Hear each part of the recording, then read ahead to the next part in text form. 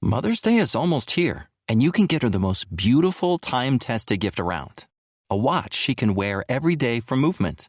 Whether mom's into classic dress watches, rare and refined ceramics, or tried and true bestsellers, Movement has something she'll love. And right now you can save big on the best Mother's Day gift ever with up to 50% off site-wide during Movement's Mother's Day sale at MVMT.com. Again, that's up to 50% off at MVMT.com. We made this.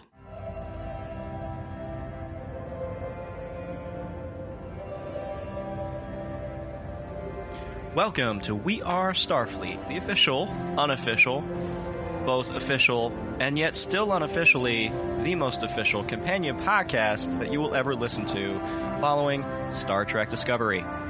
I'm your host, Mike Slammer, and with me, as always, is Ian Buckley. And tonight we have a special guest with us, Mr. Craig McKenzie, hailing from Scotland. Am I right? You are right. I am indeed currently in Scotland. I see. I keep telling everybody that we have guests on the show that are like from around the world. And sometimes we're like, yeah, no, everyone's like, on the East Coast, man, But here we go. We can finally prove them wrong. Yep. I'm indeed in Scotland. It is almost 12:15 on Sunday, the 6th of December. So I'm in the future from you guys. Wow. It's not just Discovery, it's Craig as well. Yeah. What does the future hold? Don't know, more of the same, really. Nothing much has happened in the past few hours. Oh, man. So we had a great episode last week with Oyin Oladeo. She guested on the podcast. We had a great interview. We had a lot of great feedback from that. Lots of folks tweeted, retweeted, Instagrammed, very impressed with the interview, hearing more from Oyin and hearing more about Owo, learning more about the crew and possible season 4 teasers. So really great stuff. And Craig, I know it's a hard act to follow, but you have your own stuff going on. Tell us a little bit about it. Yeah, well, on my podcast, Kneel Before Pod, I recently interviewed Noah Averbach-Katz, who is husband to Mary Wiseman, aka Tilly, and plays the Andorian Rin, who is in this very episode that we're about to talk about. And he was great. Such a great conversation, such a great guy, full of beans, big fan of the show. Just what a great conversation that was. I'm glad to hear that. Very cool stuff. Very cool stuff. I really enjoyed seeing more of Ren in this episode. The whole getting him off the planet in the Scavengers episode was, I was like, okay, yeah, this is a means to an end. We're going to save him. And I personally didn't really expect him to come back, but I'm glad he did. Yeah, same. I think it meant more when I saw him on the show after I talked to the actor behind him as well. It's almost like you pay more attention after you've kind of spoken to them. Oh, of course, of course. There's a little bit of that personal connection. Yeah, for sure. So let's get a little bit into The Sanctuary, Episode 8 of Star Trek Discovery. It aired December 3, 2020, written by Kenneth Lynn and Brandon A. Schultz, and directed by returning alum Jonathan Frakes. Yeah, back in the director's chair. Yeah, Craig, let's start with you. So I think this, for me, is the best episode of the season so far.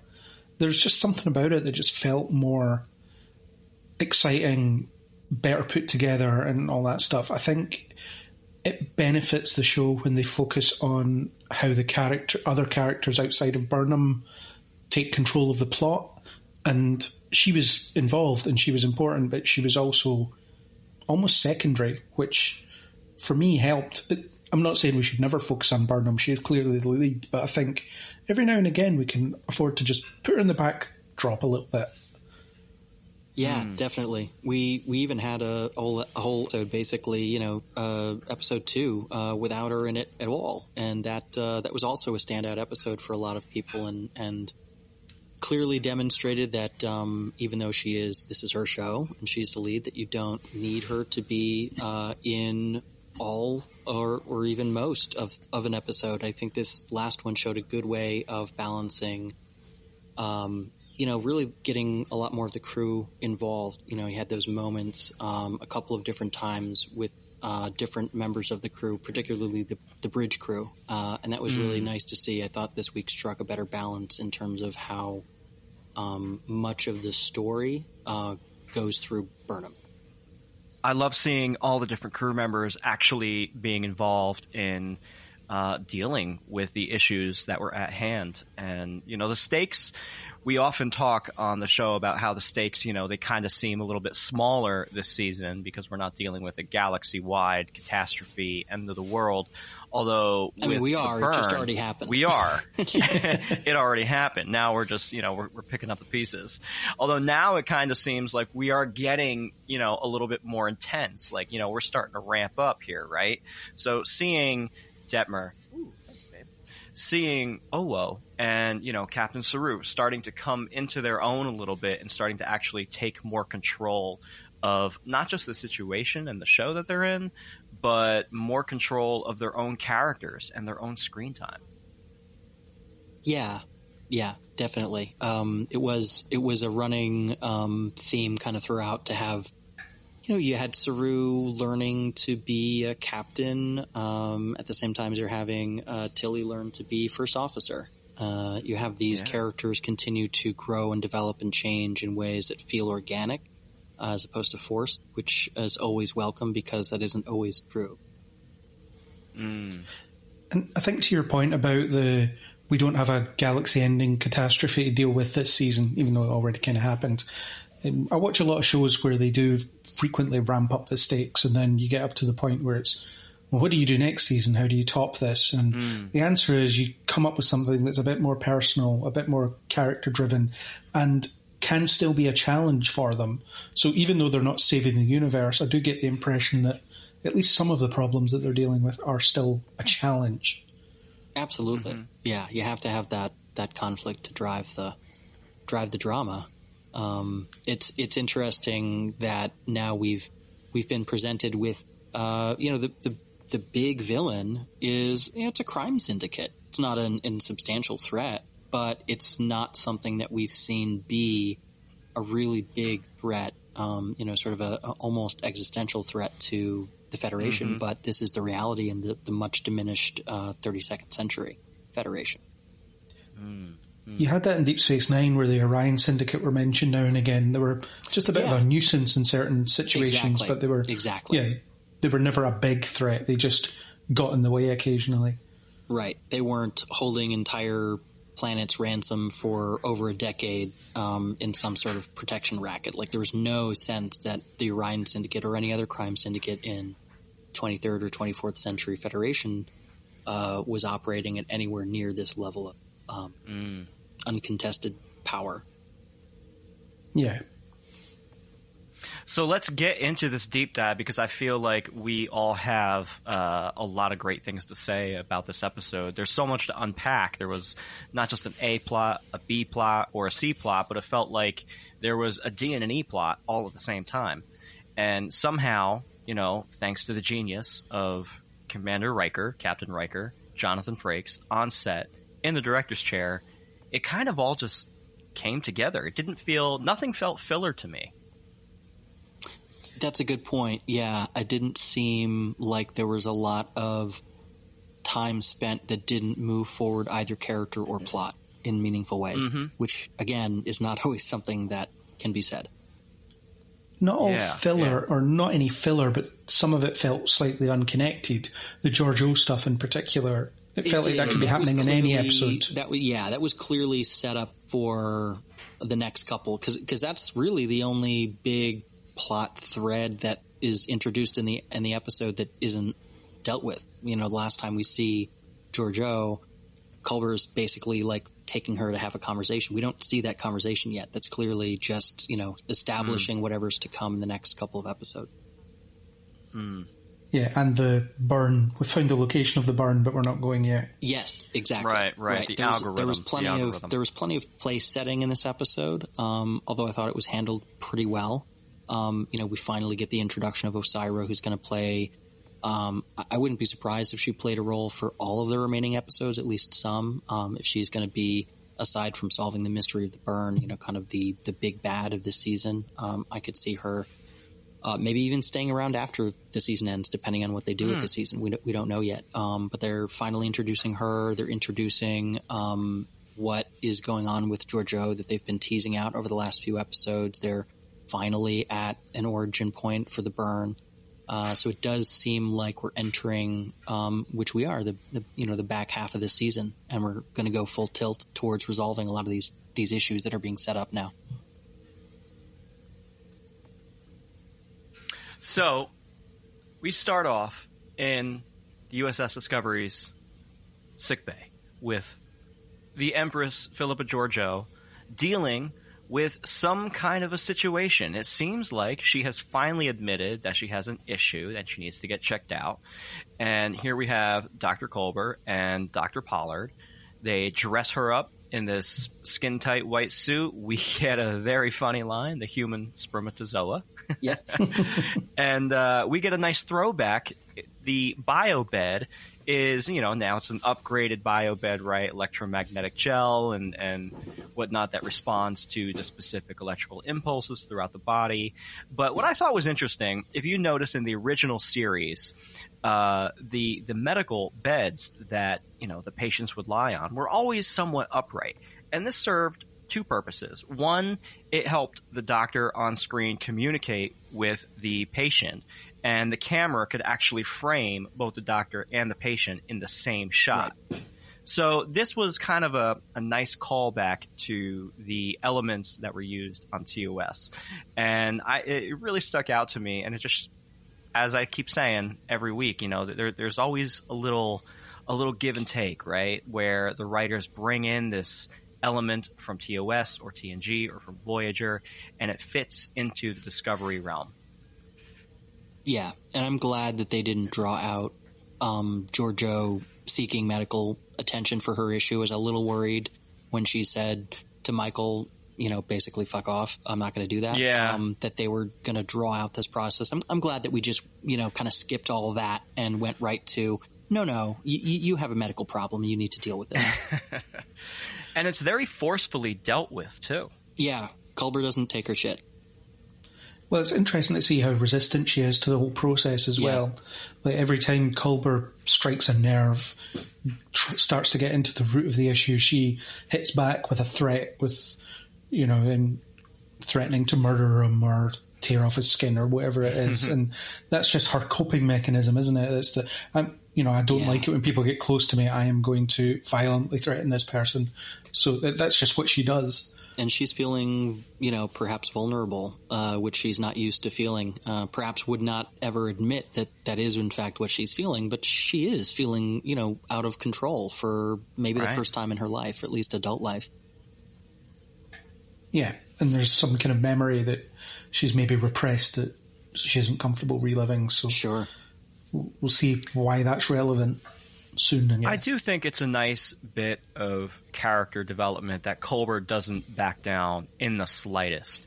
He is sitting there at his chair when they're speaking, and Georgiou walks behind him and picks up, this orb, and it looks like, she could very easily swing the orb and just take Culber out. Yeah. But he is, he knows that this is a potential element, and, he could be hit in the back of the head, but he doesn't care. He's not giving in to Georgiou's aggressiveness. Yeah. It's not the first time he's been murdered in sickbay. Right, not the first time he's been alone in sickbay with a murderer. Yep. They're on good terms now, by the way. They are. Great terms now. Supposedly, yeah. Yeah. Especially after he's 1,000 years dead. Or yeah, it's a little easier dead. to be on better terms with those people when they're long dead. Yeah. That's very true. So Burnham's in the room while the scan is occurring, and she leaves because obviously Georgiou is under a lot of stress. She's very angry and everything. But really, Burnham is off to kick off the rest of this plot here. She runs into Booker, and Booker has received a distress signal from his brother, who is back home on Booker's home planet, Quajon. And there's a call, like a signal that got sent out through the courier network to Booker. And the planet is being threatened and is under attack by the Emerald Chain, the Orion and Dorian crime syndicate, led by Ossyra. Yeah. We learn, that Ossyra has been keeping his homeworld, Kwejian, kind of under her thumb for a long time. 15 years, something like that. This seems to be the Emerald Chain's modus operandi, where they are taking not necessarily a Federation-type approach, but more of literally a bunch of gangsters out in space. It reminds me of, like a Bronx Tale, where you have, or The Sopranos or The Godfather. You got muscle on the street. You got to go. You got to shake down, the shopkeepers. You got to shake down these planets for whatever resources they have. And in return, you're offering quote unquote protection. Right. They're running protection rackets on these pre-warp or otherwise technologically inferior planets. And it's the sort of villainy that wouldn't have been possible in the Federation of old. It sort of reminded me of in Picard, where you had that guy that was in the 23rd century Romulan warbird. Yeah. Bird of Prey, excuse me. Sort of doing the same thing. I mean, you never saw who that was, but it seemed like a similar sort of setup. True. Yeah, that sort of like on the frontier kind of. But even that, you had a sense that was still a relatively regional concern. I mean, the Emerald Chain clearly has at least as long a reach as the area of space where we began the season. They're clearly. Well, I don't know if they're bigger than the Federation of the 32nd century, but they seem to be. They could plausibly be. I mean, everyone knows where they are. People don't know where the Federation is. That alone is a big difference to the galaxy at large. Yeah, and there's mistrust of the Federation as well. Rin says that Federation help comes with conditions. Yeah. Which does reference the sort of, are you sure the Federation can be trusted thing from last week? Yeah, there's a couple of overt references. Rin makes a couple of them this week along the lines of the Federation is deceitful, help with them comes with strings attached. This has come up several times. I'm wondering if we're going to learn about some specific incidents during the collapse that maybe didn't paint the Federation in the best light. What I hope they aren't doing is setting up a Federation is actually the bad guy situation. I don't think they are. I really hope they aren't. But this sort of constant bringing up of the Federation is crappy. Puts that seed in the back of my head of, I hope they're not foreshadowing some sort of heel turn by Vance and the rest. I don't think they are. But again, I can't help but think that when they keep bringing up how low everyone's opinion is of the Federation. Yeah, that perception has to come from somewhere. Right, that there was something that happened. And maybe it is as simple as a lot of people besides the Vulcans think that the Federation caused the burn. It could be as simple as that. We'll see. Well, it's like the telephone game. Right. What the fact is may not actually be the fact 120 years later down the line. That's very fair. Yeah. Rin was certainly not around during whenever happened, but it's devolved to the point where on the Andorian homeworld, a founding member of the Federation, the Federation is used as to scare children at bedtime. I mean, it's crazy the flip that's involved in that in only a century. So yeah, some bad shit must have happened. Yeah, but as we know in our current timeline, it doesn't take that long for people to forget. That's right? true. So, That's true. propaganda machines are, they're fierce today. So I can't imagine what those machines are like in the 32nd century. Fair enough. Yeah, that's kind of part of the issue where they seem to resolve things by the end of an episode where people's minds seem to be completely changed. Yes, it does. I mean, it would make more sense if it was, I believe in the Discovery, but I don't necessarily still believe in the Federation.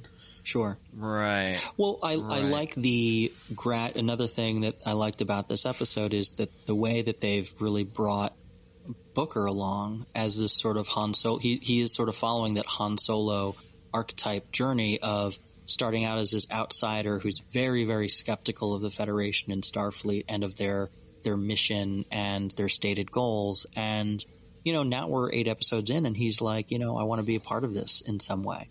I like what you've done for us, and what you're committed to doing for others is the kind of change that I want to be a part of. I like the way that they've been handling that kind of organic shift in his attitude towards the Federation. But I recognize that you can't do that with everyone that encounters the Federation every week. Right. Well, and with Book, it has been a journey as well, because we've seen him interact with Burnham and the crew on several occasions, whereas everyone else, by the end of an episode, it's one episode where, for example, the trailer like, well, maybe next time you visit, we'll join the Federation. Maybe we'll see you next season.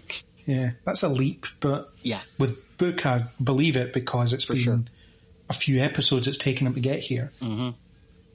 And I like the organic bringing together of Book and Burnham, and how not only has Burnham been arguing with herself about does she belong here, does she not, and Book seeming like an escape. Instead, Burnham stays, and now Book sees the value in her staying there and why she's staying. So there's a nice organic growth.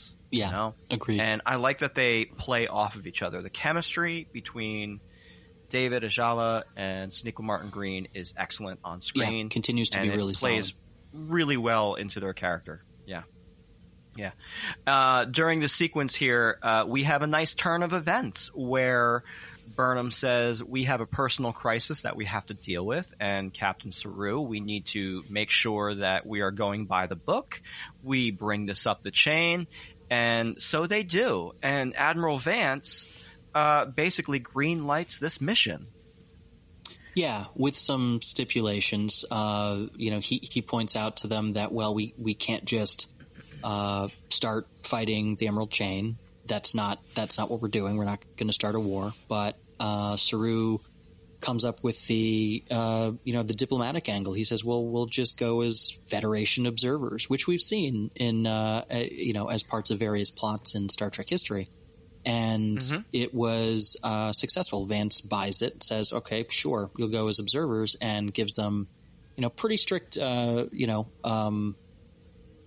restrictions in terms of how well they can engage, or how they can engage with Ossyra. But yeah, they get the thumbs up, they get the green light, and look at that. It wasn't so hard to follow the rule. Yeah. Vance is consistently very good in that respect, as in he'll take a situation and he'll really think about it, and he'll try and think, the rules technically say this, but here's what we can actually do around it. It's very good to see someone, because normally with Starfleet regulations, they can be seen as this dogmatic thing that have to be followed. But some of the best stuff is where someone in authority sits down and thinks about it and thinks, here's our situation and here's the regulations, and they don't necessarily apply in this specific situation, but they can inform our approach here, which is slightly off book, but not entirely. And you can see that referenced later in the episode when Saru says, like, look, I'm powering up weapons because according to Starfleet protocols, like, we can't let an atrocity happen in front of us. Like, that's also following the book, is not letting atrocities happen in front of you. And I like that Saru draws that line. Yeah, it's a very practical read on the situation. Yeah. It's gone somewhere that regulations haven't planned for, but Starfleet regulations say that, don't let a planet be destroyed on our watch. Doesn't matter if it's someone that we technically can't engage. Right. Exactly. Yeah, the whole crux of the Emerald Chain returning to Kwaijan, there is during their racketeering efforts to shake down these planets for their resources, Ossyra had gone to Kwaijan and basically said, we will help you with a sea locust famine that's occurring, where all these gross bugs are coming out of the ocean and they're eating all the crops in the harvest, leaving millions of people to starve. So the Emerald Chain helped them. They provided the Kwaijans with a repellent that would get the locusts back out into the sea, but it doesn't fully 100% work, and Ossyra hasn't been back to give them any more repellent. So here she comes. She's on her way back, and she wants something in return. So if she's going to give them more repellent, she wants something in return. And that something is none other than Craig's personal friend, Rin. Yeah. And why Rin? Because he knows too much. He knows too much. There's always a little person. Not. Okay, round 2. Name something that's not boring. A laundry? Ooh, a book club. Computer solitaire, huh? Ah, sorry, we were looking for Chumba Casino. That's right, ChumbaCasino.com has over 100 casino-style games. Join today and play for free for your chance to redeem some serious prizes. ChumbaCasino.com. No purchase necessary. Void where prohibited by law. 18+. Terms and conditions apply. See website for details. Hello, it is Ryan, and I was on a flight the other day playing one of my favorite social spin slot games on ChumbaCasino.com. I looked over the person sitting next to me, and you know what they were doing? They were also playing Chumba Casino. Coincidence? I think not. Everybody's loving having fun with it. Chumba Casino is home to hundreds of casino-style games that you can play for free anytime, anywhere, even at 30,000 feet. So sign up now at ChumbaCasino.com to claim your free welcome bonus. That's ChumbaCasino.com and live the Chumba life. No purchase necessary. VGW. Void where prohibited by law. See terms and conditions. 18+. I'm sorry, not a little person, but there's always an individual who seems so insignificant in the grand scheme of the story. But then you find out later they were the pinhole, you know? They had the key. Yeah, though it's something I can't quite get my head around when it comes to the Emerald Chain in general. I still don't understand how they can operate because the show hasn't really told us. So how can we have Rin be the only person that knows their secret about the dilithium supplies, considering how big the organization's supposed to be? Yeah, that particular element of it, that is the thing that Rin knows. He knows this secret that he divulges to Tilly at the very end, that the Emerald Chain, who have been hoarding dilithium and, you know, basically constructing this artificial economy around the scarcity of the remaining dilithium in the universe, or the galaxy, that, you know, Rin knows this. It's not really clarified. Hopefully they will, how he came upon this information and is the sole possessor of it until he tells Tilly. That did stretch credulity a little bit, it seems. Yeah, I'm curious to learn how he came to hold such knowledge. Yeah, it'll be an interesting thing if they choose to cover it, although based on the world building earlier in the season, I'm not convinced they will. I'm not sure. Yeah, they're a little bit looser than I would prefer with exactly kind of what's going on with the dilithium that's left. Like, I still don't understand why there's any dilithium left and why it works fine now. I'm still really not kind of clear on that, or about how warp travel works now and why. You know, because we heard a couple things in the beginning of the season that, like, the Federation, you know, was, you know, afraid that people are afraid to travel at warp because of what happened, and yet, you know, people still do. That's what this economy is dependent on. And yeah, I'm a little. I really do wish that they had done a more thorough job of fleshing some of the stuff out prior to this, because some of the stuff in terms of the big picture and what's going on, like, I'm just a little bit more confused than I think I should be 8 episodes into the 3rd season. That's fair. So before Ossyra gets to Qui-Gon, there's this really cool sequence where she's back on Hunhal with the salvage facility. And her nephew was in charge of the salvage facility, but as we know, this was Tolor the idiot. Tolor the idiot, thank you. The Andorian Rin was under Tolor's care, and he was supposed to be watching him. And of course, Rin got away, and Ossyra's looking for Rin. So Tolor, her poor nephew, you know, he's apologetic. He's sorry. You know, he didn't mean it for it to happen. You know, they just got the best of him. You know, come on, Auntie, come on, help me out. And, you know, showing great empathy, Ossyra transports him into a holding cage with a transworm that just rips him apart. Yep. It's a pretty brutal sequence. Yeah. I really enjoyed it. As you know, Ian, you know this. Craig, I don't know if we had talked about this before, but one of my dreams, my goals in life, my bucket list is to be a red shirt on a Star Trek show and just brutally be killed in some kind of way. By some alien, yeah. You know, yeah. I'd love to have gone out in such a fashion. Torn apart by a transworm. It would be a badge of honor. Yeah. It's interesting. She definitely tells Tolor that it's not going to hurt a bit, and he definitely screams in agony as it gets torn apart. So I think it hurt. One is led to believe that Ossyra might not be entirely honest as a person. But that comes up elsewhere as well. When Book explains to his brother, well, they want this now, and then they come back and they want more stuff. Yeah. And then they come back again and want more. So every time they come back, the goalposts move. So that's definitely her MO. She just always wants more. And you might pay something 1 week and next week it's double. Yeah, just because. Because once you've accepted the premise that these people have authority over you, there's no going back. Yeah. And then you're beholden to them because reliant on this repellent or whatever it is they're supplying to any particular planet. It's, if you don't do business with us, you don't accept our revised terms, then you're stuffed. Right. The sort of thing that, we see why that couldn't have happened in the Federation, because it's relatively simple to solve the problem. Once the Federation is actually there and able to dedicate the resources of just one starship, they're able to solve this problem, it seems, permanently for these people, and they have no need of this repellent anymore that the Emerald Chain was providing. So it does again underline that theme of like, wow, the galaxy is so much worse off without the Federation around.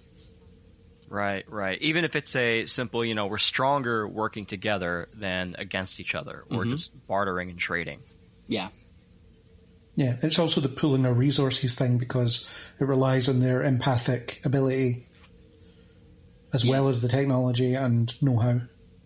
Yeah, and that's something else that I wish we were getting fleshed out a little bit more. I was hopeful after the first episode, but I'm still not entirely clear on exactly what Book and his brother are and what exactly it is that they can do. I'm not really clear on exactly what they're doing, what the rules are for it, why, or if even they're the only people on that planet who can do this. I was left with more questions about that than I was hoping to still have at this point. Yeah, I would agree with you on that one. Yeah, they're not human, clearly. Right, yeah. Human-ish. They're human-ish. Rewatched that TNG episode, The Chase, recently. So there's a reason for that. But the whole empathic community, they're druids, they're space druids, right? Like, this is magic. They're doing space druid magic, which is fine, because we've seen all kinds of crazy stuff in Star Trek. I just want to, it doesn't even have to be a whole big thing. I would just like a little bit more information about what the hell they're doing, and why seemingly only the two of them can do it. Presumably only the two of them can do it. Otherwise, I think they would have had the whole planet band together and use this ability to control the locusts before this. But that obviously didn't happen. So, anyway, questions. I'm left with questions. Yeah, as, being hardcore fans, being so into Star Trek and the canon, we're all about and the details. loving it. We're all about the details. But, in watching Discovery, and recently I went back and I was watching a few episodes of Voyager and TNG and just kind of browsing around, on CBS. And if you're watching for the sake of trying to tie together a cohesive canon and keep it all very detailed, down to a bullet point, you cannot do it, because every episode that comes after the previous one, it doesn't matter. Yeah. By the time we get to Voyager, half of TOS is retconned, and what can you follow? Right. Although it is good to see novelists try to do all these gymnastics to try and tie it all together after the fact. When you read some of the Star Trek novels, where this is how we explain this going on in there. Yeah, it's really funny when you pick up a novel and one of the characters is not at all like anything that they should be. Right. Yeah. Or when the tech just doesn't match up with anything that we've seen on screen. Yeah. Even in otherwise good books, it's a little strange. Like, photon torpedoes don't do that to planets. What are you doing? I had that problem with the Enterprise War where there were like mech suits and battle droids and everything, and I don't know. I had a real problem with some of that. Yeah, well, one of the plot points of I know this is a huge digression, of the first Disco novel that came out, the name of which I can't remember, had to do with what a photon torpedo, like they basically said that if they fired a photon torpedo at this planet, it would ignite the atmosphere or boil off something outrageously catastrophic from one photon torpedo. And I'm like, that doesn't happen to, like, I don't know where this author got that idea. It seemed very strange to me. It was I suppose it makes sense considering how much more powerful than any nuke we have now they're supposed to be. They are, but they're apparently also what they're peppering this planet with in this episode. And they're just firing them at 5 a second. Well, look at First Contact, where they were barely able to blow up a metal shack. Yes, exactly. And those were Borg ones. You know. It's just so inconsistent that it's probably not worth spending this much time talking about. Yeah. So back on the Discovery, we have Captain Saru trying to figure out what his catchphrase is going to be. I really had a fun time with this running joke throughout the episode. It's just fun. It's great. It had some solid, like, lower decks energy to it. I really appreciated the EXO tasks that included finding a new catchphrase. Yeah, I think we should definitely toss it to Craig here, since, Craig, you actually hosted Rarely Going, which was the Lower Decks Discovery podcast. Yeah, well, I think every captain having their signature thing. I mean, they did that in Lower Decks as well, where the captain was wondering, when I ask you to go warp, what should I say? And I don't think they ever landed on it. It was just something that was mentioned once, but it was in Lower Decks, that very thing. And Saru recognising that every major captain has had a catchphrase. I mean, every major captain to him is basically Pike and Giorgio and blanking on his name. Jason Isaacs one. Lorca. Lorca. Yeah. That was it. Why did I forget that? Yeah. But yeah, he had Go, which was just very kind of emphatic. And every captain's had one. We've got Make It So or Engage. Yep. Picard's very greedy. Kirk didn't really have one. Did Sisko have one? No, I think he just yelled at people. I feel like I would remember, No, I don't think he had one. Yeah, he just yelled at people. And Janeway had Do It, and Archer had Get Started, which is rubbish. Yeah, terrible. Get started. Good God. Missed out on that one. Yeah, that needed another pass by the writers. My God. Yeah. Much like a lot of Enterprise. Enterprise, unfortunately. Much like all of season 2 of Enterprise. Wow. So one of the main cruxes of this whole season has been the burn. And now that we have the SB-19 data from Vulcan and we have the information from the black boxes, Saru Stamets has been working with Adira Tall, our resident Trill, to work on disseminating all this information and figuring out what the burn actually is, finding a location. And it turns out they're able to narrow it down to a specific area within the quadrant. And now it's just pinpointing this algorithm to figure out the final location. It is Ryan here, and I have a question for you. What do you do when you win? Like, are you a fist pumper, a woohooer, a hand clapper, a high fiver? I kind of like the high five, but if you want to hone in on those winning moves, check out Chumba Casino. At ChumbaCasino.com, choose from hundreds of social casino style games for your chance to redeem serious cash prizes. There are new game releases weekly, plus free daily bonuses. So don't wait. Start having the most fun ever at ChumbaCasino.com. No purchase necessary. VGW. Void where prohibited by law. See terms and conditions. 18+. Hello, it is Ryan, and we could all use an extra bright spot in our day, couldn't we? Just to make up for things like sitting in traffic, doing the dishes, counting your steps, you know, all the mundane stuff. That is why I'm such a big fan of Chumba Casino. Chumba Casino has all your favorite social casino style games that you can play for free anytime, anywhere with daily bonuses. That should brighten your day a little. Actually, a lot. So sign up now at ChumbaCasino.com. That's ChumbaCasino.com. No purchase necessary. VGW. Void where prohibited by law. See terms and conditions. 18+. It's great that we are moving along with this plot because I don't know about you guys, but I'm getting a little bit tired of not knowing more about the burn and in detail, and why do we have to go through this whole crazy trial process just to get some basic information from you guys, meaning the Vulcans and the whole trial situation, just to figure out one of the most important crises of our time. Yeah, I think that's it. It's a good thing that the trial did provide the last piece of information, because it does make that seem worthwhile. With that last bit of data that she was able to get from Navarre, they are able to determine that the origin of the burn is in the Verubin Nebula, not something that I think we've heard mentioned in Star Trek before. And they've also discovered that at the center of this nebula is an audio transmission, mysterious audio transmission that is the same song we've been hearing before all season long. Yep.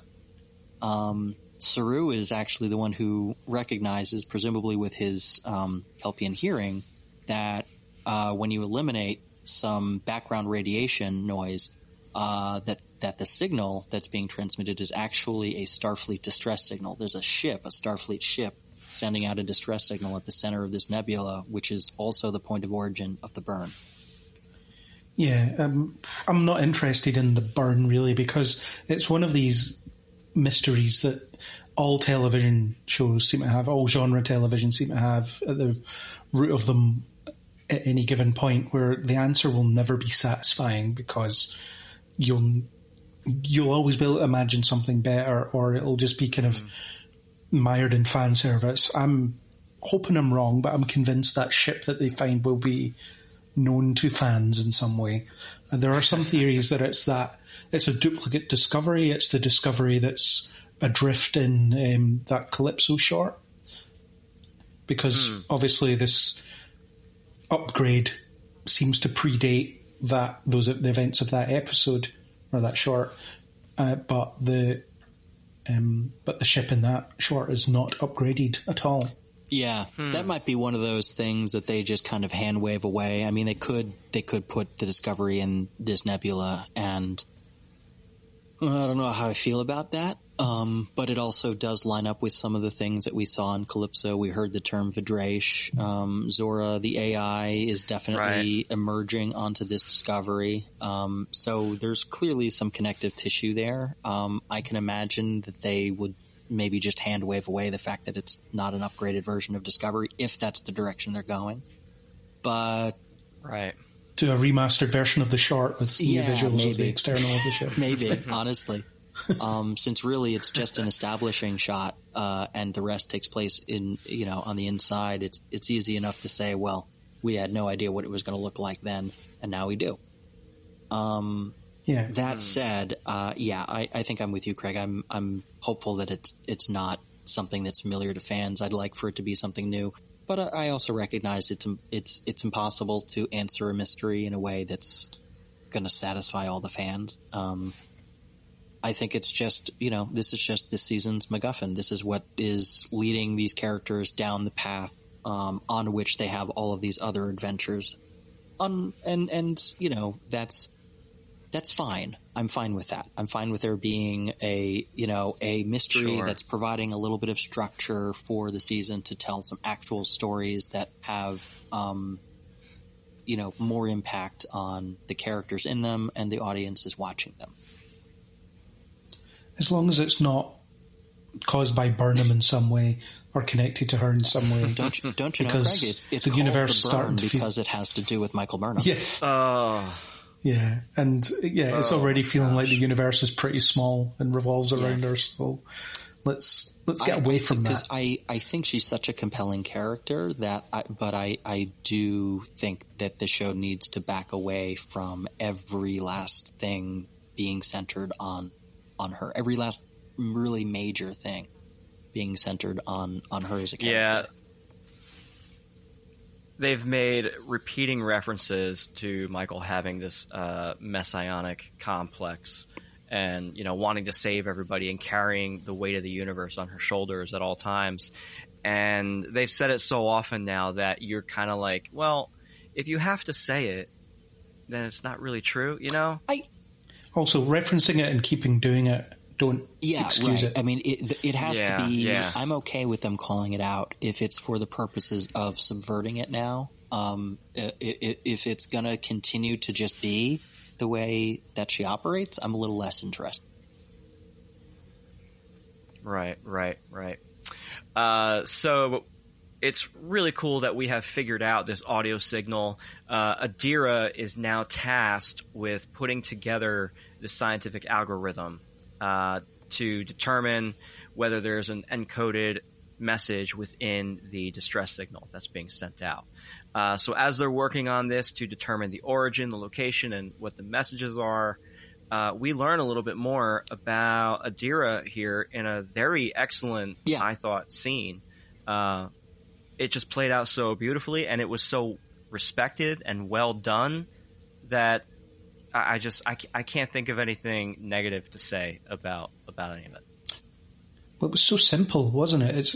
I want to be referred to in this way from now on. Absolutely. Mm-hmm. I never told you this before, but this is it. This is how I want to be referred to. And Stamets is just like, yeah, sure, whatever. And it wouldn't be unusual to him, you would think, in the 23rd century. Yeah, to be used to referring to people through different pronouns. You would think it would be par for the course. It's actually so appropriate for a trill of all species to be a joined trill to be referred to as they and them for the other meanings of those terms. Because although the interesting thing is that predates the joining. For sure. It definitely does. Yeah.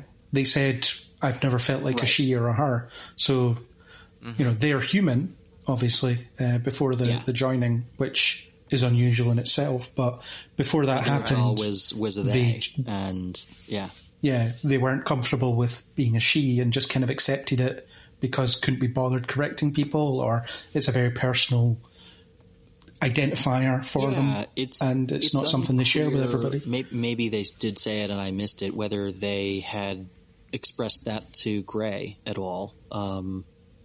Only Gray. Oh, that's what they said. Okay, great. I'm glad that was in there then.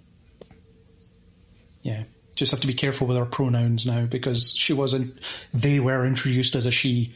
Right. We actually got caught up on that episode when that character was introduced, because I was pretty sure when I had read the press that the character was meant to be they, and when they were not introduced as such, I was a little confused. Right. Yeah. But the actor I had the same problem with my review. It was, okay, until this happens, I will continue to use the she pronoun unless I'm talking about the actor, in which case I'll use the they or them pronoun. Yeah, in that sense, it's definitely easier now. Yeah, definitely, yeah. I just have to be careful not to fall into old habits. It's a learning curve for all of us, I think. Someone said this recently, and I thought it was a really good message. It's okay to feel confused. It's okay to make mistakes. What's not okay is to get really defensive or angry about it and take it out on someone who has every right to be referred to in a way that they feel comfortable with. Yeah, well, when I was first writing the review of the episode where Adira was introduced, I had a discussion with a friend who is far more familiar with non-binary people than I am. It's just I've not come across a lot of non-binary people in my life experience. So I thought I'll have a chat with this friend that knows more about it than I have, and that's what you do. You educate yourself, of course. It's the right thing to do is make sure you're educated on what the expected protocol is, rather than I'm just going to keep using she because that's what I'm comfortable with. It's nothing to do with if someone corrects you. It's nothing to do with you. If someone corrects you say, "Oh, thank you. I either I made a mistake or I wasn't aware," and then you move on. Yeah. And that's why I appreciate the simplicity of the scene, because it really these conversations really should be this simple. Yeah, and I imagine that's what happens in a lot of cases. Someone will use the wrong pronoun, they'll get corrected, and then from then on they will take steps to make sure that they don't make that mistake again. Not to say they never will, but there'll be a conscious effort to remember that, try and remember that. This is good, straightforward, aspirational track of, hey, this is a way that we believe society canon should conduct itself. And here's how simple it is. Yeah. And then you had that long scene at the end where Stamets and Culber were just throwing they and them all around all over the place, just to show how easy it can be. Reinforce it, yeah. Yeah, that did seem like they wrote that scene specifically to see how many theys and thems they could shoehorn in there, just to really drive home the point, which is fine. But I think this scene, but honestly, I think this scene, if it had been the only scene in this episode to address it, was great. Yeah. I mean, subtlety isn't Star Trek's strong suit at the moment, is it? We do have to be very deliberate about these points we're making. Yeah, no, it is a little bonk on the head. Yeah, but maybe that's where we're at in society these days, where you do need to be that overt. Sure, that's also something that Star Trek has a long history of. I mean, we made a whole movie about how saving the whales is important. I mean, it doesn't get much more bonk on the head than that. Yeah, or you have half a black face and half a white face, and they also have half a black face and half a white face. You know, racism's bad, guys. Don't you get it?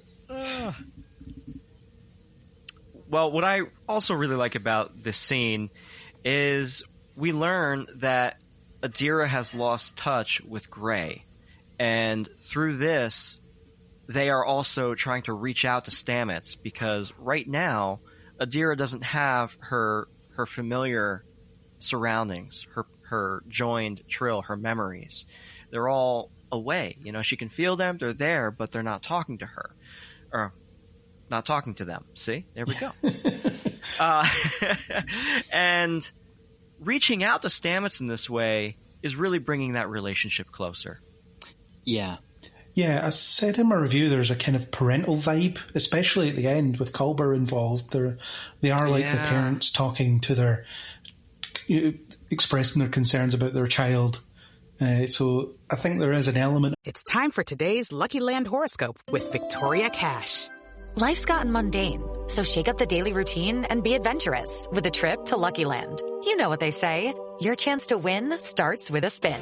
So go to LuckyLandSlots.com to play over 100 social casino-style games for free for your chance to redeem some serious prizes. Get lucky today at LuckyLandSlots.com. Available to players in the U.S., excluding Washington and Michigan. No purchase necessary. VGW Group. Void where prohibited by law. 18+. Terms and conditions apply. Hello, it is Ryan, and I was on a flight the other day playing one of my favorite social spin slot games on ChumbaCasino.com. I looked over at the person sitting next to me, and you know what they were doing? They were also playing Chumba Casino. Coincidence? I think not. Everybody's loving having fun with it. Chumba Casino is home to hundreds of casino-style games that you can play for free anytime, anywhere, even at 30,000 feet. So sign up now at ChumbaCasino.com to claim your free welcome bonus. That's ChumbaCasino.com and live the Chumba life. No purchase necessary. VGW Group. Void where prohibited by law. See terms and conditions. 18+. Of that, and there's a fatherly or paternal vibe from Stamets to Adira, and there's clearly some reason that we're seeing a lot of why they feel comfortable opening up to Stamets as well,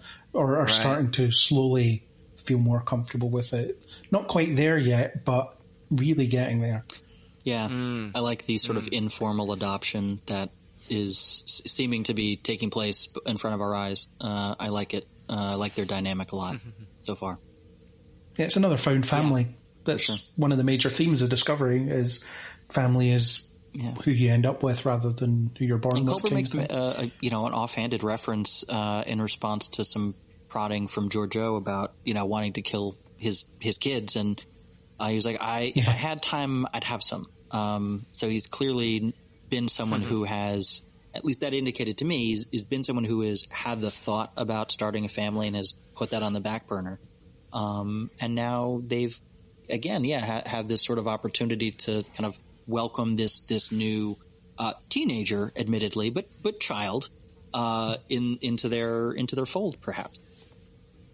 So back on the bridge, we have arrived above Quajon, and the Discovery is in orbit. Inbound on sensors is the Viridian, Ossyra's Emerald Chain flagship vessel. They call it out as being heavily armed, a cruiser style, and with basically a firepower that could blow Discovery out of the water. Yeah, big ship, lots of guns. Although it's again, it's not really made clear how outmatched they would be. Something that I liked in Next Gen, Voyager, etc. is they'd usually have like one bit of dialogue here or there to sort of give you a sense of like, oh yeah, this is a ship we could take toe to toe, or man, we're really outclassed here, or we could actually like wipe them out no problem. Like there was always some indication of what relative level of threat was presented. I would have appreciated something like that here just to clarify the stakes a little bit. Because as it is, right, what ends up happening, we see Book's little ship conduct a very successful attack on Ossyra's, causing them to retreat at the end. And it's not at all clear to me whether Discovery couldn't have just engaged with Book's ship and taken the whole thing out together. Yeah. But again, that wasn't really established. So. Yeah, we just don't know the relative power levels, I guess, and we don't know what kind of weaponry Discovery has since the upgrade as well. Yeah, definitely one thing I've been looking forward to is seeing this upgraded Discovery in action. One of my favorite sequences from Season 1 was when the penultimate battle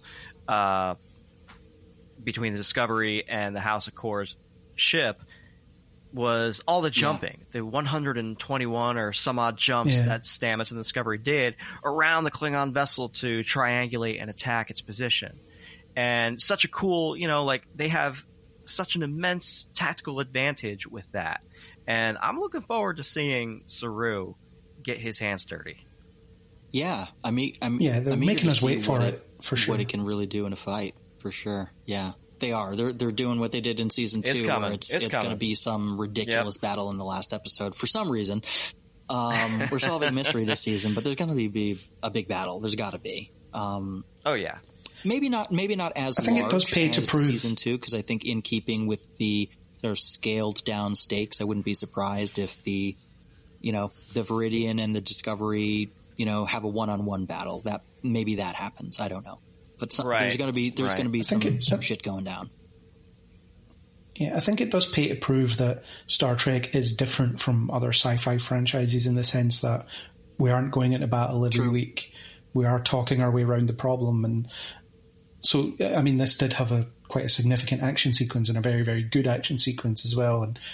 And there has been action in previous episodes. They took a torpedo hit in the third episode and so on. So it's not that we never see it, but I like that we're not getting it all the time, because in Voyager and Enterprise, let's face it, there was every week a ship would show up and fire at them, and there would be a couple of shots back and forth before they'd resolve the situation some other way. But yeah, we can get through episodes without phasers being fired. TNG did it all the time. Yeah. Very true. Back in Saru's ready room, Rin, and the Andorian Rin has been on Discovery this whole time, and he comes in, he basically barges his way in. Captain Saru and First Officer Tilly are there to meet with him.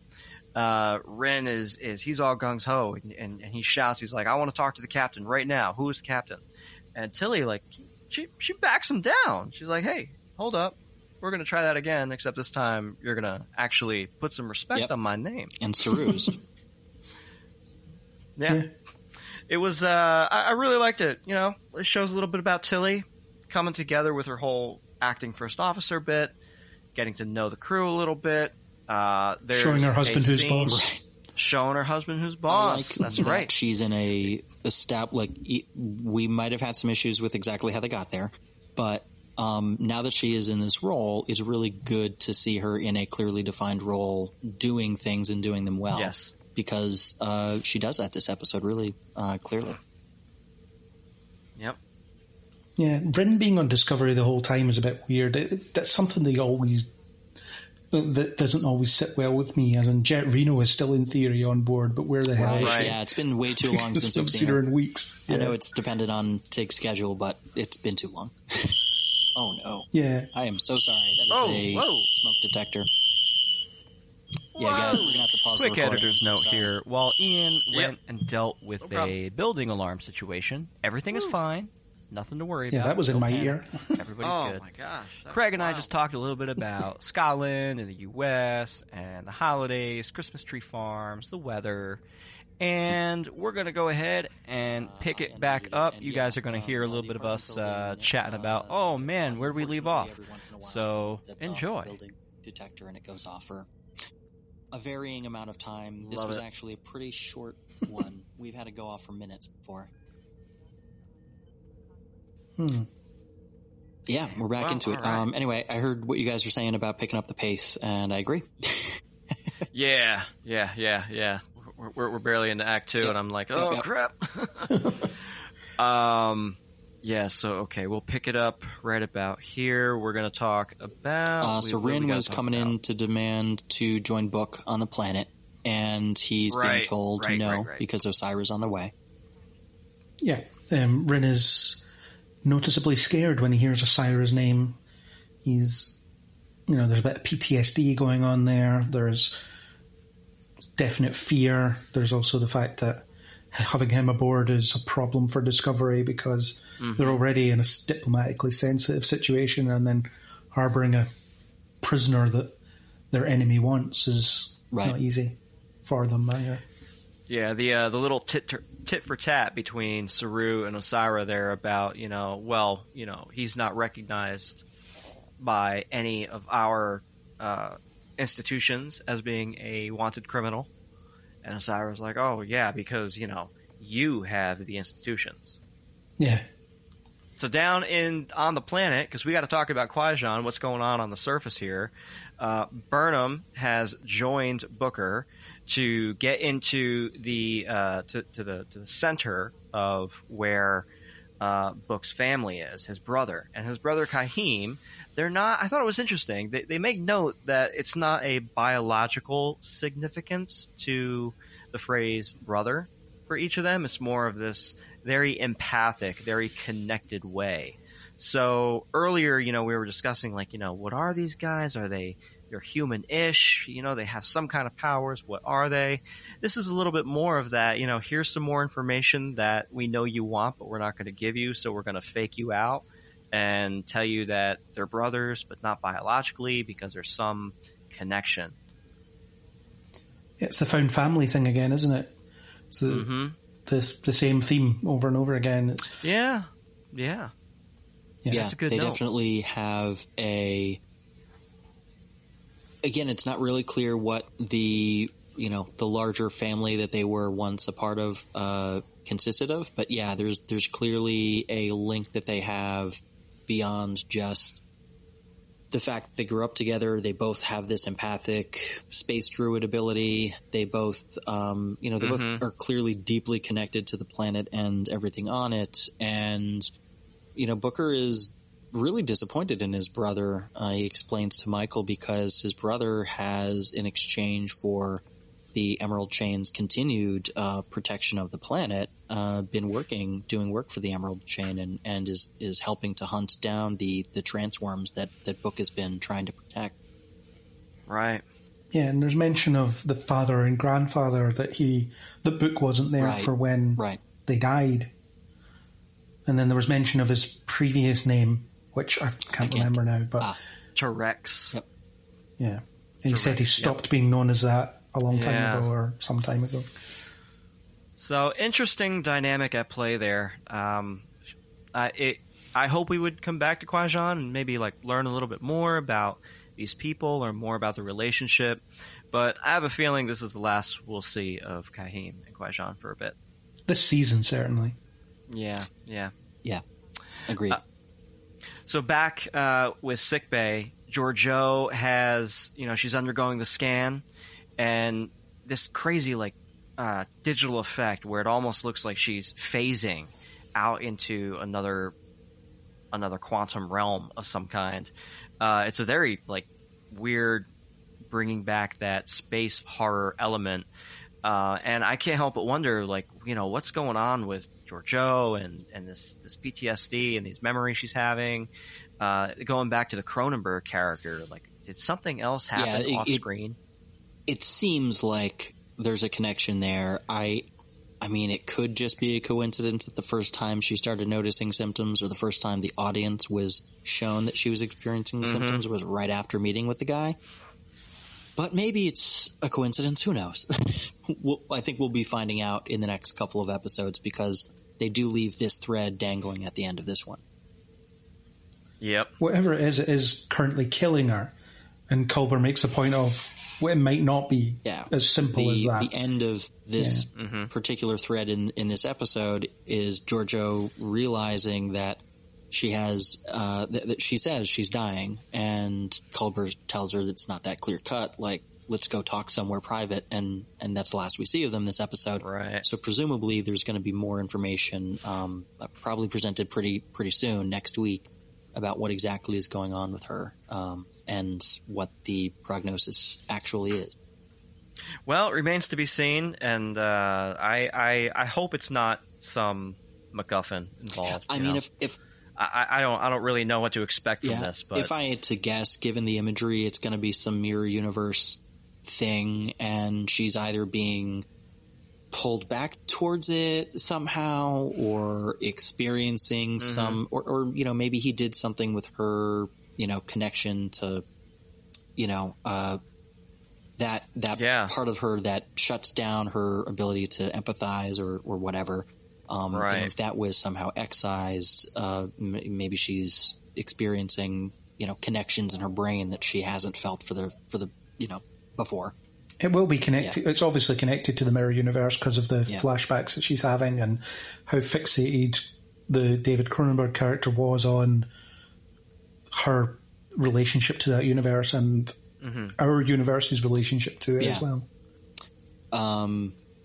Right. So she is continuing to be in denial after this, scan that she goes through. She's basically in denial, but she does palm this device that was being used to scan her head, which is how she finds out at the end that she is apparently dying. Yeah. And then who knows? We'll find out soon. Back on the planet, we actually see some of these sea locusts. You described them as ugly earlier. I think that is highly inaccurate. These are like these sort of ethereal blue, floating things in this forest. I think they look quite, oddly beautiful. Given that they're so. Reminded me of the dandelion things in Avatar. Devastating, not deadly to the plant life that the planet needs to live. But yeah, Book is able to use his druid magic to part the locusts like the Red Sea, but then Kaim gets the drop on them, and he's none too happy to see Book again. Although we learn that it was in fact the Emerald Chain's instruction to him to lure Book here. But he seems really pissed to see Book. Yes. Yeah, it sounds like Book, he kind of just got the heck out of Dodge when things started going south with the Emerald Chain. And this idea that Book has abandoned his home as opposed to leaving and traveling and being where he is. He hadn't talked to his brother in 15 years. It's quite a long time. So, there's some bad blood. There's some grudges being held here. And we learn that Ossyra wants the Andorian Rin, right? So Book has busted Rin out of the salvage prison yard and, being held on Discovery. So now Ossyra basically has a conundrum wherein Rin is stuck on Discovery. She can't get him, so she's putting pressure on Kaim to kidnap his brother, Booker. It's this whole roundabout situation, and that leads us to this big diplomatic crisis. Maybe I have the sequence wrong. I think she was looking for Book to find out where Rin was, and Rin being on the Discovery and the Discovery showing up was an unexpected development from Ossyra's perspective. That is what I think is going on with the plot. I was a little bit unclear on exactly what, because she didn't seem to know that Discovery was going to be there, and she certainly didn't seem to expect that Rin was going to be on board, because that seems to change her plans once that's the case. Well, she wouldn't have known because it was Book's ship only that was involved in the jailbreak. So Right. Yeah. So I think it was just bring Book to the planet, put pressure on Book to get Rin to turn himself in or something, and go from there. And when Discovery appears over the planet and Rin is on board, things change. And we're at the point where Ossyra does arrive aboard the Viridian. Yeah, and then we get some really cool problems that they need to deal with. We can't engage, but this ship that we have in our shuttle bay can. And we could have a pilot that goes Ossyra rogue. basically says, well, you can't be a neutral observer while you're harboring a criminal. And Saru says, well, no, governing body that the Federation recognizes has any warrants out for this guy. And of course she scoffs at that and basically gives them an ultimatum. You've got 5 minutes to hand over Rin or I wipe this planet out. Yeah, so every minute that Book does not give in to Ossyra, the Viridian starts to open fire on the planet and just burning acres of forest, all the way across the planet's surface. Well, I don't think they ever get through the shields. I think that's a threat that's coming in one area. That's where Book and Burnham are heading one of the areas, so that they can get them back online. But there are defensive shields up. And I think the ticking clock is that they've got about 5 minutes until the shields come down. Yeah. Right.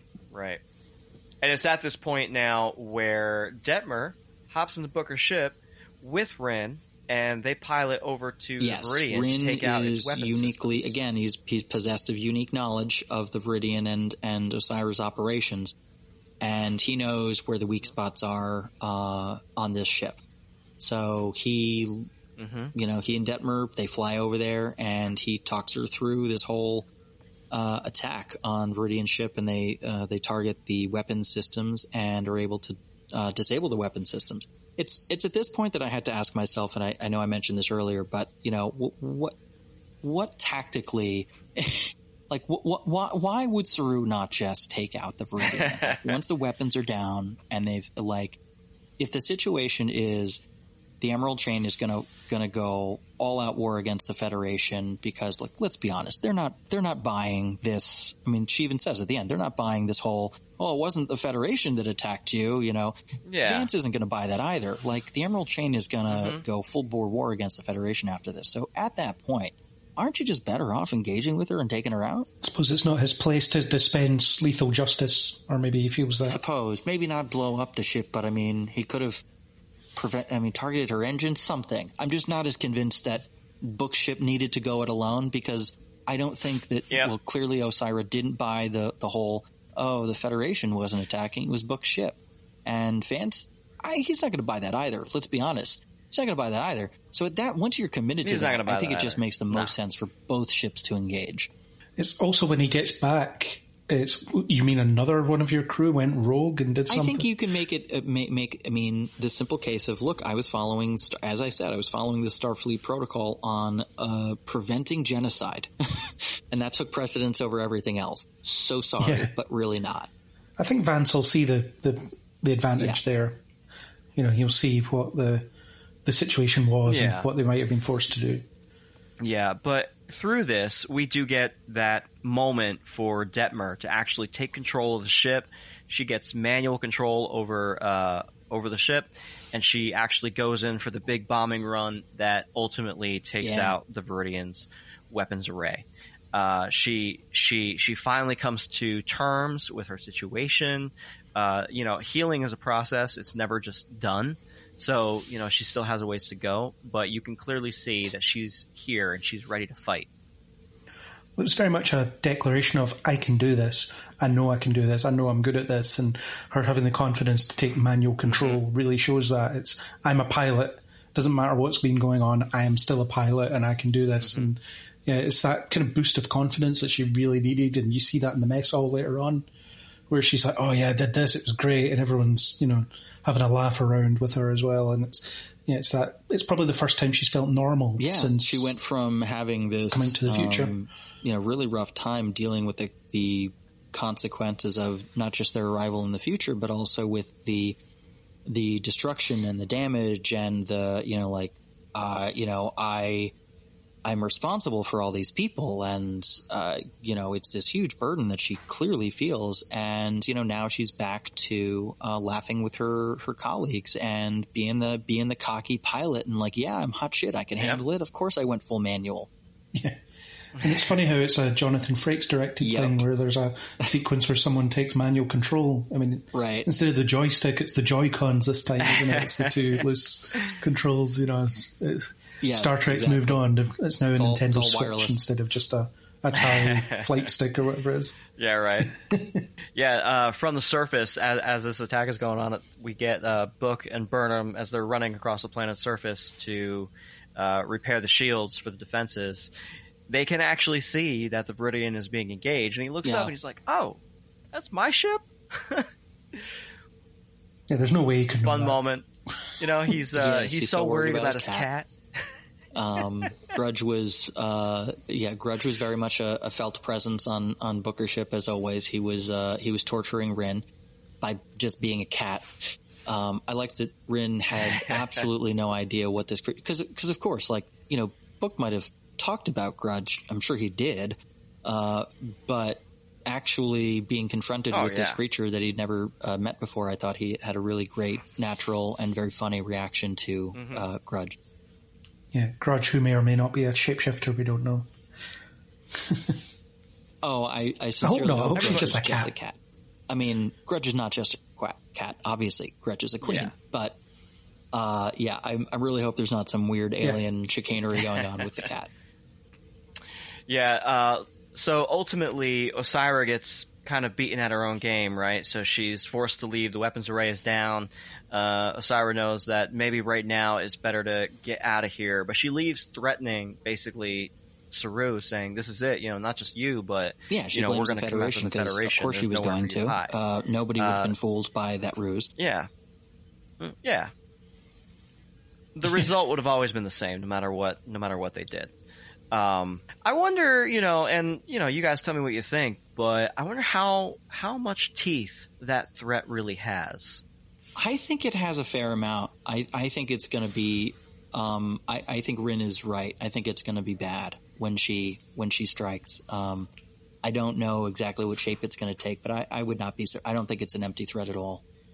The problem is we just have no concept of how big the Emerald Chain are, how well organized they are. The only 2 points of sort of geographic reference we have is their outpost in wherever we are in the beginning of the season, and we know that they can reach these other planets, Hanhao and Kwaijan, that are within sort of striking distance of the Federation space. With the Lucky Land Slots, you can get lucky just about anywhere. This is your captain speaking. We've got clear runway and the weather's fine, but we're just going to circle up here a while and get lucky. No, nothing like that. It's just these cash prizes add up quick. So I suggest you sit back, keep your tray table upright, and start getting lucky.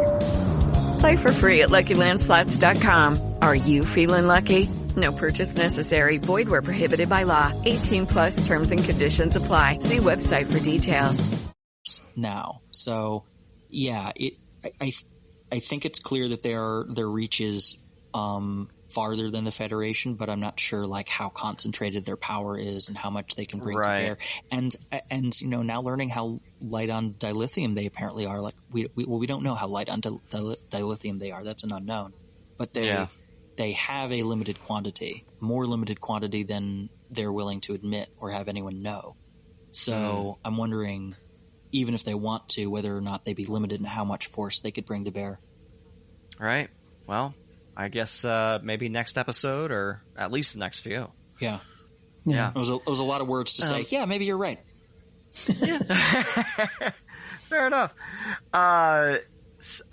The whole sequence now, moving on with Booker and his brother, and they put their powers together and they're able to amplify the signal using Discovery's deflector shield or a deflector dish or a deflector array, whatever it is. The deflector glowy beam thing. They sent down a beam of light to help the space druids use their powers to ask, not tell, ask the sea locusts to return to the sea and not kill every other person on the planet. Well, it's a very interesting concept that these space druids would feel the need to ask for consent for the animals to do the things that they want them to do, rather than telling the animals or telling the creatures what to do. Yeah.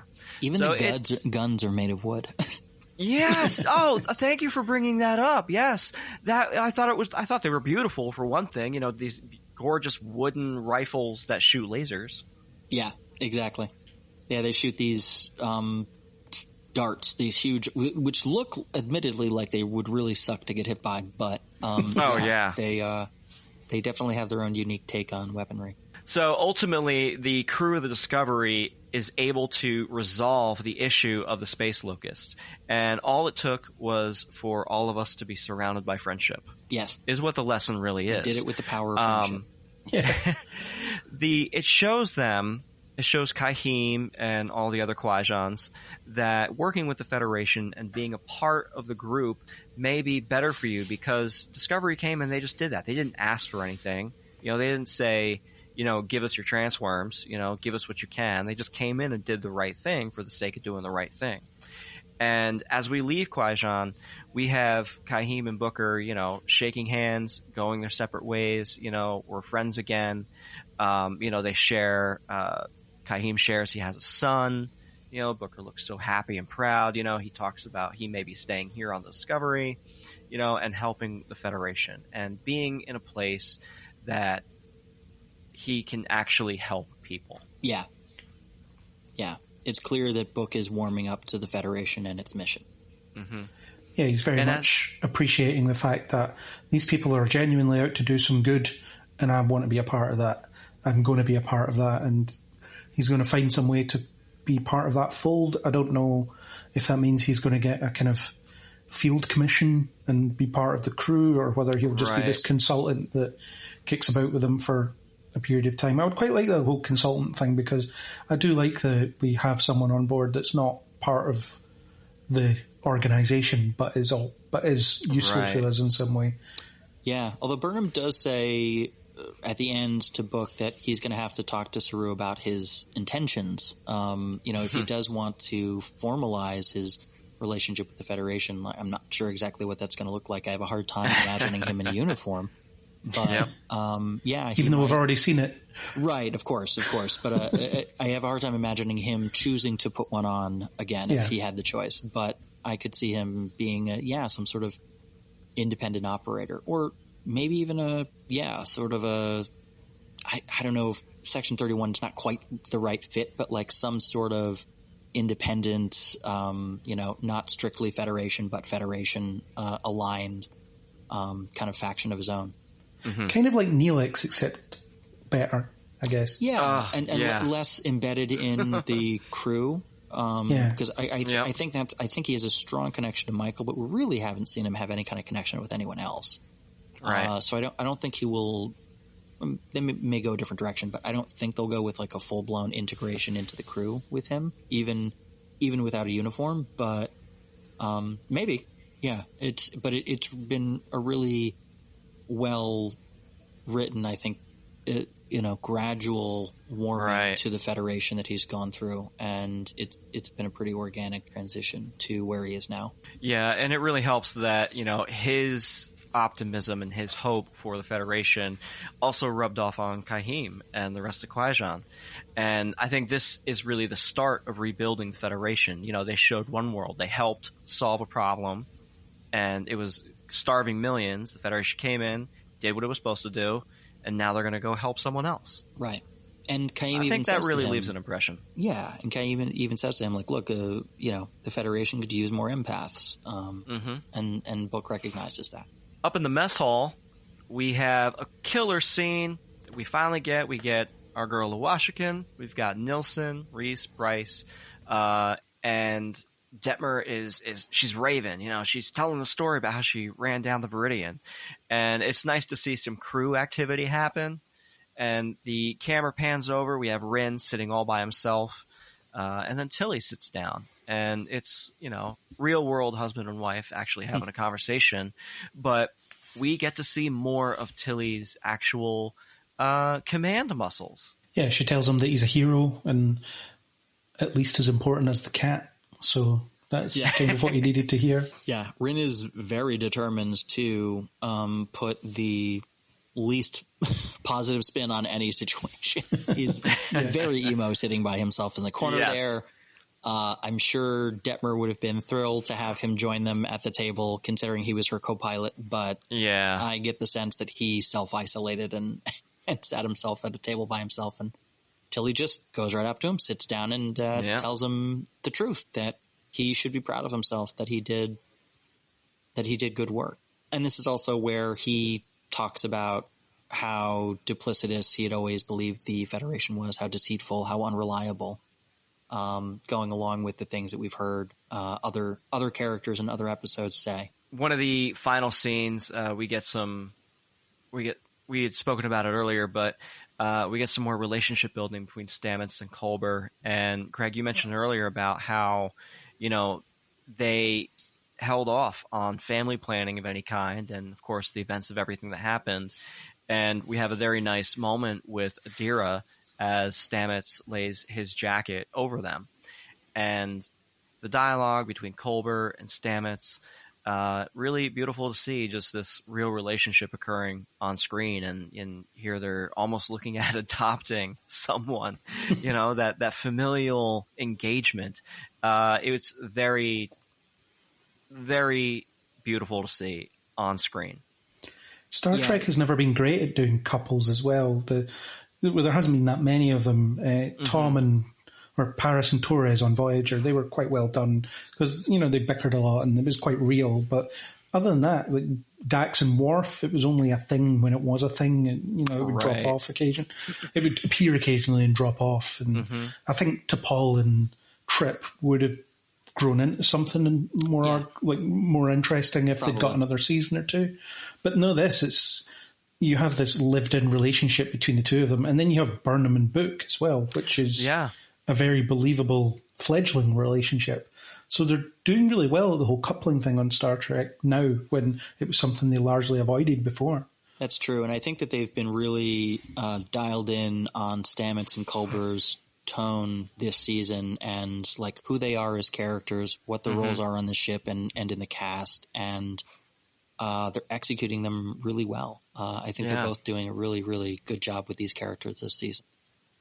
Yeah, and to your point, Craig, the final scene that we have with Burnham and Booker at Booker's ship, they're just sharing that moment. It's a young relationship. They are, stating to each other that they like each other, they like being around each other, and they like the moments that they have together. It's, it's romance. It's romance, baby. But there's also the acknowledgement of we don't know what this looks like yet and how long term it's going to be, because Book says, I might not want to hang around the Federation forever or hang around Discovery forever, but for now this works. And it's that kind of, we'll keep it casual for a while and see how it goes. And that feels about right. Yeah, they feel at home with each other, and that's something that they say explicitly, but it's also something that's woven into how they're telling the story of these two characters. That even if Book is going off the ship for a while on his own, he's going to come back to wherever Burnham is.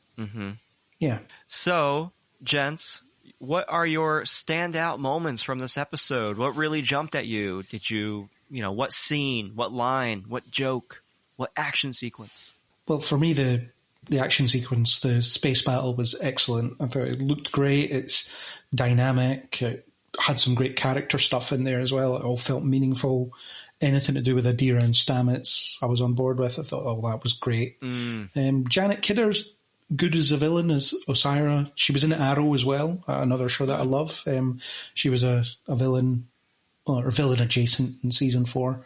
And she's just very good. And the niece of Margot Kidder. Yep. Yeah. Margot Kidder, that's Lois right, Lane yeah. herself.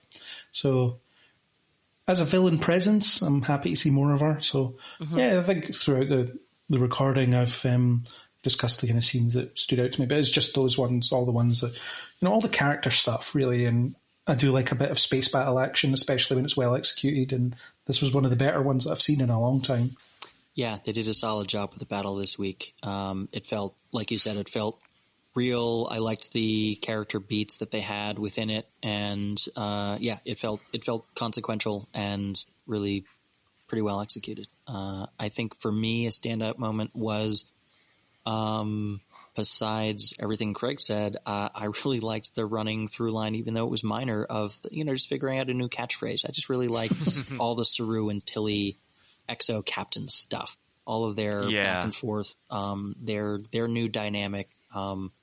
Really worked this week. That continues to be a character dynamic that works every time they put it on screen. So I hope they continue to do it. I think Carry On needs work, though. I don't think that's it. Oh no, that's definitely not it. No, that's definitely not it. Definitely not it. No, they did not land on it this week. Yeah, which I like. I like that was something that they also have given him to continue to work on. They might just stretch it out for one more week. I don't know, but the awkward pause when he said it was quite well done. Everyone on the bridge went, don't know what to say to this. Yeah. It's the same. It's the same sort of hesitation you have at home listening to it. You're like, that's not it, is it? Yeah. There's a good opportunity for a joke they could throw in with Captain Saru going through the logs of every captain before stumbling upon Picard's Make It So and just being like, gosh, dang it, that's so great. Will anyone remember him in this time? Yeah. He's like, can I pull that off? And make it so. Make it so. What do you mean? They've found a way to make that android body live forever. I know they said it was going to die after a natural lifetime. I don't believe them. Mm-hmm. I'm convinced that's going to happen. End of season 3, they're making him live forever, and he's going to show up in season 4 of Discovery. Oh man, Craig, have you been enjoying Star Trek Discovery so far? Yeah, I know I have my criticisms and I put them in the reviews. I think the storytelling, the episodic storytelling, has been a drawback in general because I don't think they go into enough depth most of the time. Mm-hmm. But every week I find myself engaged by the characters. I find myself just enjoying it. In spite of its flaws, I can sit and enjoy it. I do love this show. I'm not a hater of modern Trek by any means. I've gotten something out of all of it so far. So I think Discovery is certainly finding its groove, and it's not quite found it yet, but it's getting there. I think it just needs a little bit more work to iron out the creases. Yeah, I'm inclined to agree. I think I'm certainly not a Discovery skeptic. I've been pretty much on board since day one, but I think this season, you're right, Craig. I think that in theory, the episodic storytelling with a season-long arc or two is where I'd like the show to exist. But I think they're still working on how to do that because that hasn't been the model the last 2 seasons, really. And I think that's what they're going for moving forward, which I'd like to see. But I agree. I think they still do need to flesh things out a bit more. I think tighten things up a bit. But for me, it's really working so far. Yeah, I don't think those are very controversial things to say. No, not hot takes, exactly. No. Yeah. Turns out you can have a nuanced view on things. You can be somewhere in between. Yeah, you don't have to either love something or hate something unconditionally. There's room to maneuver within there. Yeah, exactly. And realistically, that's what every show, every medium is, right? Like, just because you really like that particular series in the franchise doesn't mean that I need to like it. And, it doesn't really matter at the end of the day. It's all entertainment that's been made for us. Yeah. We're lucky enough to have a podcast where we get to talk about the, 6th, 7th Star Trek series? I don't even know at this point. It's amazing. We're so blessed. Come on. The fact that there's new Star Trek on television and an abundance of it in development is something I never thought would get to, really. Guys, by this time next year, we're going to be at the point where there's going to be a new Star Trek episode every week. Yeah. Close that's enough. Crazy to think about. Or close enough to that point. They've stated that's the goal, and we even saw it this year. I mean, if COVID hadn't shifted things up a bit, I mean, we were going to, I believe, go from Disco into Lower Decks, and as it happened, we went the other way. Yeah. But yeah, we went from Lower Decks ending one week to Discovery starting the next. That was great. Yeah. I've never had that in my life. I mean, the and closest without COVID, Picard would have probably been next week, like in January as well. Potentially, yeah. Yeah. They're in production, I think, still now. I could be wrong about that, though. Yeah, I'm not sure if they've started yet, but they've started writing for sure. And same with they definitely have been writing. I had thought they started production. I could be mistaken. Maybe I saw that they were going to start soon. Yeah. And Strange New Worlds is in the writing phase as well. So and the casting phase, so that won't be too far away.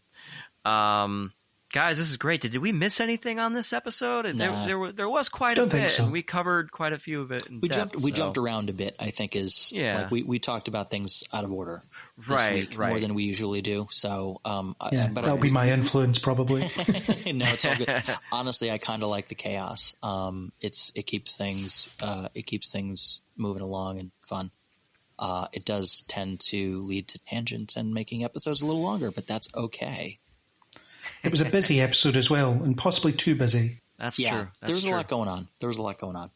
But again, it's place setting for a lot of things that are coming up soon. Yeah, sometimes you're going to get an episode that's more of a bridge, right, than it is an actual platform. And this definitely felt like one of those bridge episodes that you have to have in place in your season. Well, I think what the reason it feels a little overstuffed maybe is because it does try to be both. It is both a self-contained story that has a lot of plot in it, and also is doing this, like the B story for this week wasn't resolved this week. That's unusual. Right. That's not a thing that typically happens. That was the cliffhanger, right? We got I'm dying. That might not be true. Come talk to me. And then the implication was ... to be continued, and that was the B plot. So that's an unusual thing that isn't typical of Star Trek, and I think that might be why this episode could feel a little strained. Sure. Yeah, the structure's changing, and we have to adapt to that as viewers because we've had decades of Star Trek being a certain way, and now it's new and has to conform to current television standards in terms of the way that and is discovering how it wants to be structured as a premier television show of its own. So it either works. It does have to set itself apart a little bit too. Yeah, for sure. Yeah, folks, you can find us at Starfleet Pod on Twitter and Instagram. Please join in on the conversation. Craig, where can we find you?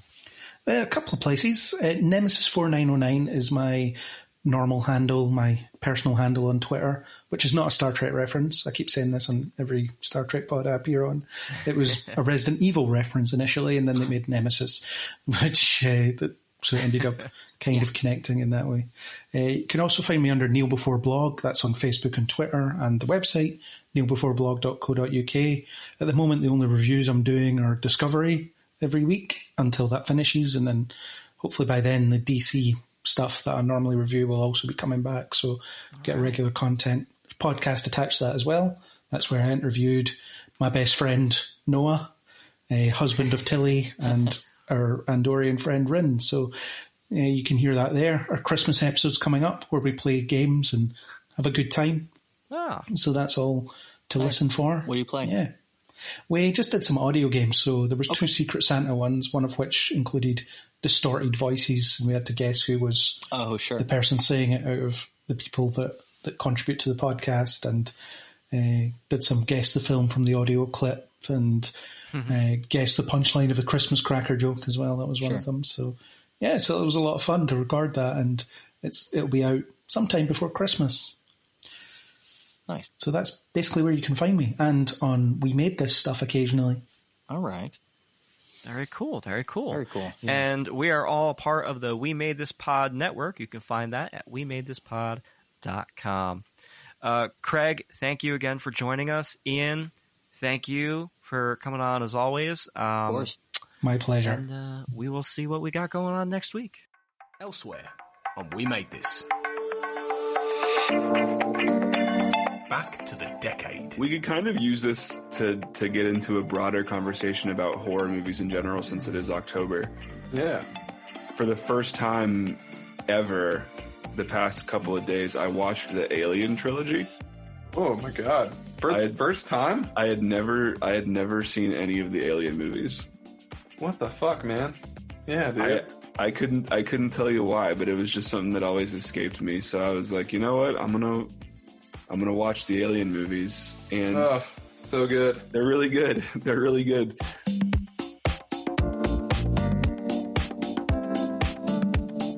Don't say the C word. So you think visibility is very important? Yeah, definitely. I think like getting the representation out there, and I always sort of understand more through TV. Like I learn a lot through TV and film, and seeing yourself on there is very detrimental, which is why I sort of see the importance now of people saying like, you know, when people don't see themselves in there, so like if there's not LGBT or race representation on screen, you do feel a bit bummed out, and I think that's why it's really important. Like, I'm just getting all happy over like Todd Jughead in the comics and all this, but then like it sort of helped me understand the importance of that for everyone, really.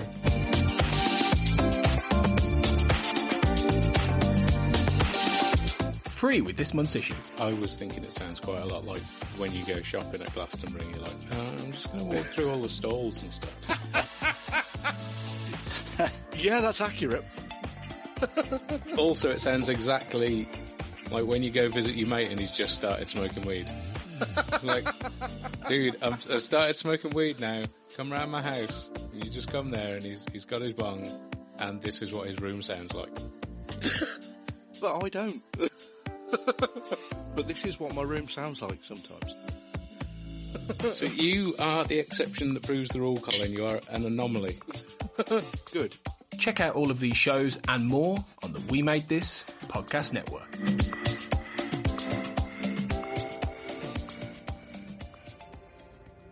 We Are Starfleet is a podcast dedicated to Star Trek discovery and how it relates to the story, ethos, and canon of Star Trek. Join your host, Mike Slammer, as he sits down with guests from all over the world to talk disco. You can find us on Twitter and Instagram at Starfleet Pod. Follow for more Star Trek podcasts, such as The Sanctuary, a politics and economics of Star Trek pod, Rarely Going, a Star Trek Lower Decks podcast, and Make It So, a Star Trek Picard podcast. We Are Starfleet is produced as part of the We Made This network of podcasts.